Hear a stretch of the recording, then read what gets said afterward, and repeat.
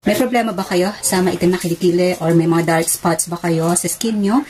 May pimples, acne, pwede rin melasma. Nasa tamang video ka, panoorin mo ito, may papakita ako sa inyo. Imagine niyo, itong tubig ang skin nyo, ang skin natin, and then, itong povidone iodine, ang mga dark spots, mga blemishes, and ayan, mga dumi sa balat. Okay? So, patakan natin siya, yung ating tubig na nag-represent sa skin natin.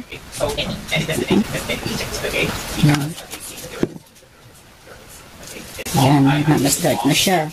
And then, gagamit tayo ngayon ng Lavital, which is the niacinamide. Ito, gentle lang to Hindi pa ito yung talagang mabilisang puputika.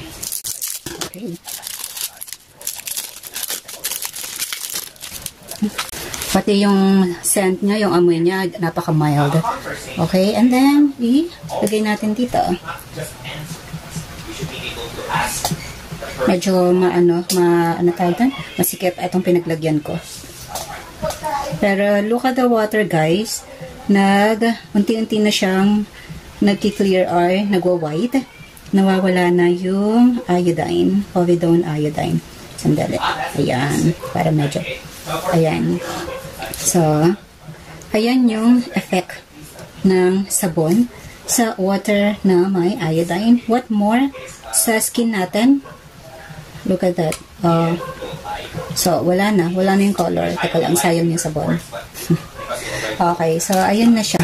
Nawala na yung color ng iodine. Ngayon, itong reaction na to, nag-show lang siya ng active ingredient ng sabon. Hindi ganun kabilis Pag ginamit mo yung sabon, hindi. Katulad dito, di ba? Parang seconds lang, pumuti na.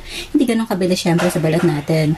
Kasi melanin ang pinag-uusapan dun yung nakakabigil siya ng melanin transfer. So, medyo mas matagal na proseso yon. Unlike dito, mas mabilis. Pero at least nakita nyo yung effective na reaction ng ating sabon na pwedeng mangyari sa ating balat. Yung niacinamide pa lang yan What more tong kojic gluta charcoal, at saka tong gagaya ako. Okay? So, kung gusto nyong itry itong sabon na to, merong akong link sa profile ko, pakipindot na lang. Ito yung pang araw-araw natin na yan. Itong tatlong to, yung niacinamide, tsaka itong madre de cacao, tsaka yung cocoa berry. And then, ito yung matindi na pampaputi.